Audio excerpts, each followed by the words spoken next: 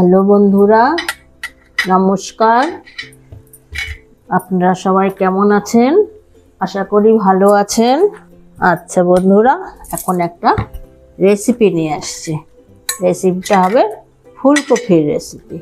এই যে আমি ফুলকপি কাটছি, এই যে কেটে রেখেছি ফুলকপি। এটাকে বানাবো, যখন রান্না করব, কি রান্না করব তখন আমি দেখিয়ে দেব। এখন এটা কেটে নিচ্ছি ফুলকপিটাকে। ফুলকপি দিয়ে তো অনেক কিছু রান্না করা যায়। রান্না করার সময় গিয়ে ভাববো এটা করব না ওটা করব, যে যখন রান্না করব তখন আমি বলে দেব। এখন আমি যাব এটা রেডি করে রান্না করতে। ফুলকপির ভাপা করব আজকে। দেখো, এখানে ফুলকপি আমি কেটে নিয়েছি। এখন ফুলকপি ভাপার জন্য এখানে আমি নিয়েছি 1 চামচ সরষা আর 1 চামচ পোস্ত, সরষা আর পোস্ত। আর এখানে নিয়েছি 1 চামচ কোকোনাট পাউডার, মানে নারকেল পাউডার, যেটা নিয়েছি। এখন লাগবে হলুদ, লবণ, তেল। আমি এখানে 2টো এরকম সাইজের টমেটো নিয়েছি আর এই 5টা কাঁচা লঙ্কা নিয়েছি এই শসা পোস্ত মধ্যে বাটার জন্য। আমি এখানে শসা, পোস্ত, টমেটো, কাঁচা লঙ্কা সব মিক্সি করে নিয়েছি। সাথে উপরে এই যে নারকেলের পাউডার 1 চামচ দিয়েছি। আমার মিক্সিটা একটু অসুবিধা করছে, তো মিক্সির মোটরটা একটু গড়বড় করছে, এজন্য নারকেলটা পরে দিয়ে ভাবছিলাম এটা বাটবো, কিন্তু হয় নাই, উপরে দিয়েছি। এটাও খারাপ লাগে না, ভালোই লাগে খেতে। আপনারা যখন করবেন সব একসঙ্গে বেটে নেবেন, শিলপাটায় বলেন, মিক্সিতে বলেন। এখন আমি শুরু করি। আমি আপনাদের দেখিয়ে দিলাম এগুলো, টমেটোর, লঙ্কা, সরষা, পোস্ত, নারকেল। আর এখানে আমি একটু লবণ দিয়ে মিক্সি করেছিলাম। আর একটু সময় মটরটা স্বাদ দিলে না সুন্দর পেস্ট হয়ে যেত। পেস্ট তো হয়ে গেছে, টমেটো, লঙ্কা সবই পেস্ট হয়ে গেছে। সরষা পোস্ত তো ওগুলো একটু সময় লাগে। এখানে আমি লবণ দিয়ে দিলাম পরিমাণ মতন।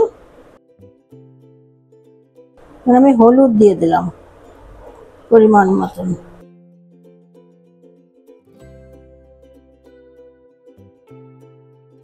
এখানে তেল দিয়ে দেব।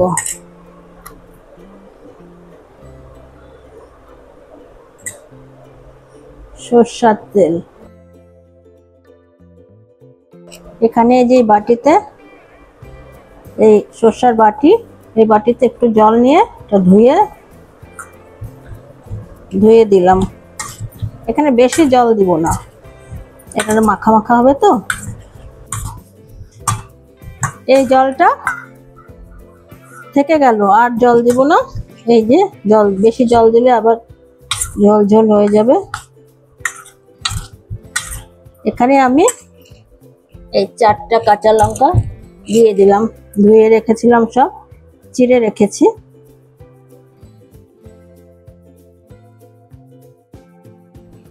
একটু চিনি দেব এখানে, এই যে অল্প একটু চিনি দিলাম। মশলা আপনাদের ইচ্ছা মতন দেবেন, চিনি, লবণ সব পরিমাণ মতন। আমি তো চিনিটা কমই দেই তো। লঙ্কা দিয়ে আমি গ্যাসে জল বসিয়ে আসছি। আমি এখন যাচ্ছি গ্যাসে বসাতে এটা। এখানে আমি কড়াইয়ে এই যে জল বসিয়েছি, একটা স্ট্যান্ড দিয়েছি। আমি এটা বেশি উঁচু হয়ে যায় তো, এই জন্য আমি এটা এভাবেই দিয়েছি স্ট্যান্ডটাকে। এটাকে আমি দিলাম। এটার উপরে আমি আরেকটা ঢাকা দেব। এই গামলা দিয়ে দিলাম। ব্যাস, এটা এখন হতে থাকবে। আমি আবার এসে আপনাদের দেখাবো 4-5 মিনিট পরে এসে কেমন হলো। এই যে আমি এখন খুলে দেখব কেমন হয়েছে। আমার একটু সময় লেগেছে বন্ধুরা। আমি না এটাকে, আপনারা ইচ্ছা করলে এটাকে অল্প বয়েল করে নেবেন। আমি একটু গরম জলের মধ্যে রেখেছিলাম কপিটাকে, তো 5-6 মিনিটের মতন।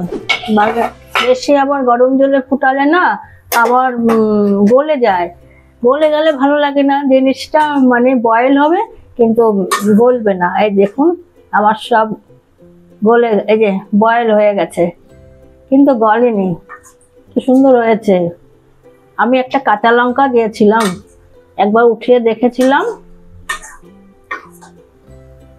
একটা ছিল, 4টা তো আগেই দিয়েছি। এটা আমার হয়ে গেছে বন্ধুরা। এখন আমি গ্যাসটাকে বন্ধ করে দেব। দেখুন সামনে অল্প জল দিয়েছিলাম না, ওই জলেই হয়ে গেছে, কিরকম ঝোল হয়ে গেছে, তখন তো জল দেখা যাচ্ছিল না। আমি গ্যাসটাকে অফ করে দিলাম, পুরা গলে গেছে।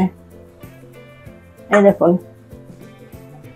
আপনারা ইচ্ছা করলে এখানে একটু ভেজেও নিতে পারেন হালকা করে, যদি বয়েল না করেন এমনি গরম জল দিয়ে ধুয়ে নিয়ে একটু হালকা করে ভেজে নিয়ে তারপর সব মেখেও দিতে পারেন। তো ওটা একরকম স্বাদ আর এটা একরকম স্বাদ হবে আর কি। তো বন্ধুরা, আমার ভিডিওটা ভালো লাগলে ইউটিউব থেকে দেখলে সাবস্ক্রাইব করে বেল বাটনটা পাশে টিপে দেবেন, আর লাইক কমেন্ট শেয়ার করবেন, আর ফেসবুক পেজ থেকে দেখলে পরে লাইক দিয়ে ফলো করে পাশে থাকবেন বন্ধুরা। এই যে বন্ধুরা দেখুন আমার এটা হয়ে গেছে, আর এইভাবে আপনারা বানিয়ে খেয়ে কমেন্টে জানাবেন কেমন হলো। আর আপনাদের কপি কাটাটা আপনারা ছোট বড় এটা আপনাদের ইচ্ছা মতন করবেন। আমি তো এইভাবেই কেটেছি, তো দেখতে তো সুন্দরই লাগছে। তা আসি বন্ধুরা, এখন নমস্কার।